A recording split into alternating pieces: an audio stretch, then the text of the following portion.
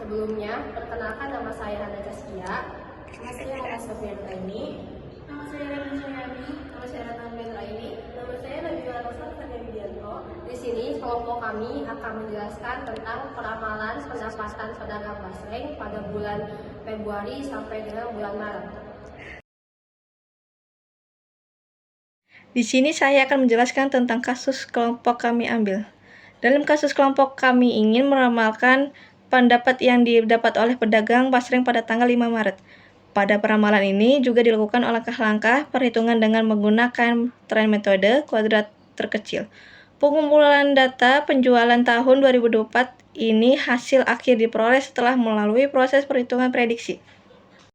Baik, selanjutnya yaitu tujuan. Tujuan peramalan adalah untuk memperoleh informasi mengenai perubahan di masa yang akan datang yang mempengaruhi terhadap kegiatan perusahaan, terutama kegiatan penjualan perusahaan. Peramalan pendapatan digunakan untuk memberikan informasi kepada para manajer yang akan memfasilitasi pengambilan keputusan yang efektif dan efisien.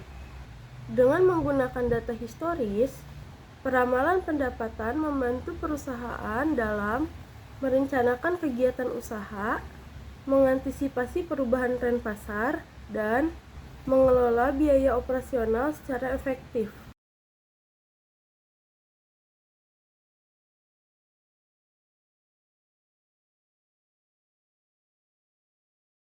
Selanjutnya ada metode, ada dua, yaitu tren dan variasi musim.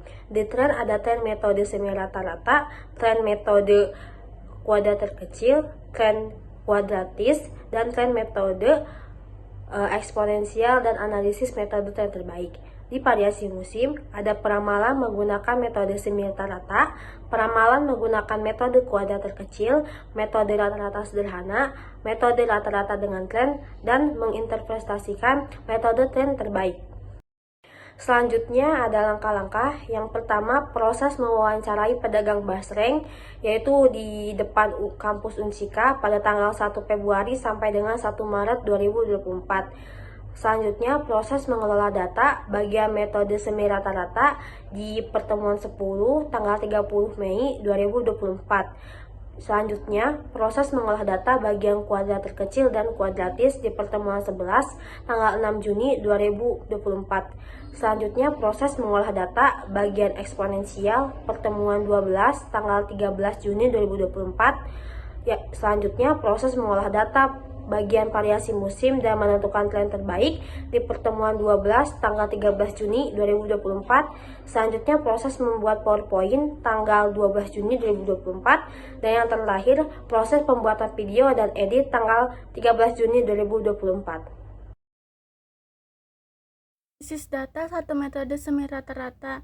Membagi data menjadi dua, menghitung rata-rata kelompok 1, K1, dan kelompok K2. Menghitung perubahan tren dengan rumus B sama dengan K2 min K1 atau tahun dasar K2 min tahun dasar K1. Merumuskan persamaan tren Y sama dengan A, BX. Metode kuadrat terkecil. Menentukan garis tren yang mempunyai jumlah terkecil dari kuadrat selisih data asli dengan data pada garis trennya. Y sama dengan A plus BX. A sama dengan sigma Y atau N. B sama dengan sigma Y, X atau X. 3. Metode kuadratis. Untuk jangka waktu pendek, kemungkinan tren tidak bersifat linear.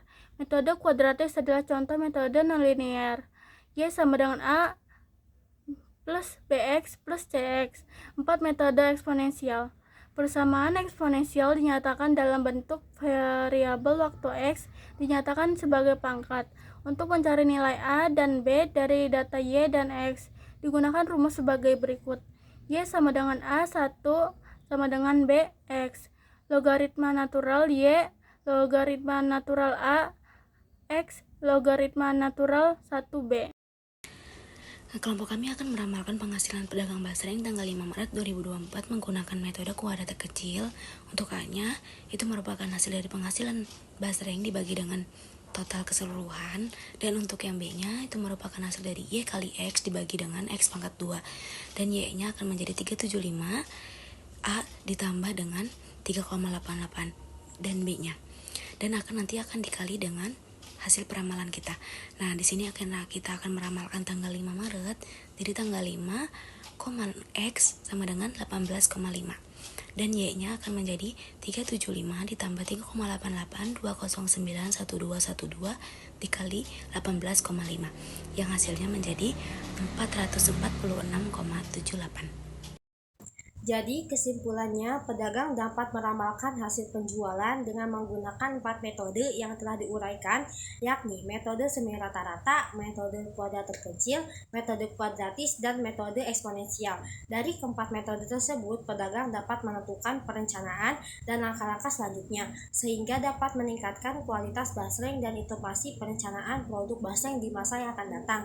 Dan untuk menentukan data yang terbaik, maka kami melakukan interpretasi metode tren terbaik. Cara ini agar dapat menentukan kesesuaian antara peramalan penjualan yang disusun dengan penjualannya. Selanjutnya, menentukan tren terbaik dengan hasil data sebagai berikut. Metode semi rata-rata 309,430, metode kuadrat terkecil 284,879, metode kuadratis 427,548, dan metode eksponensial dengan hasil 6,110,92. Dengan hasil data di atas, metode terbaik adalah metode kuadrat terkecil karena hasilnya paling terkecil. Jadi, hasil yang terkecil adalah metode yang terbaik. Sekian penjelasan dari kelompok kami, kurang lebihnya mohon dimaafkan. Wassalamualaikum warahmatullahi wabarakatuh.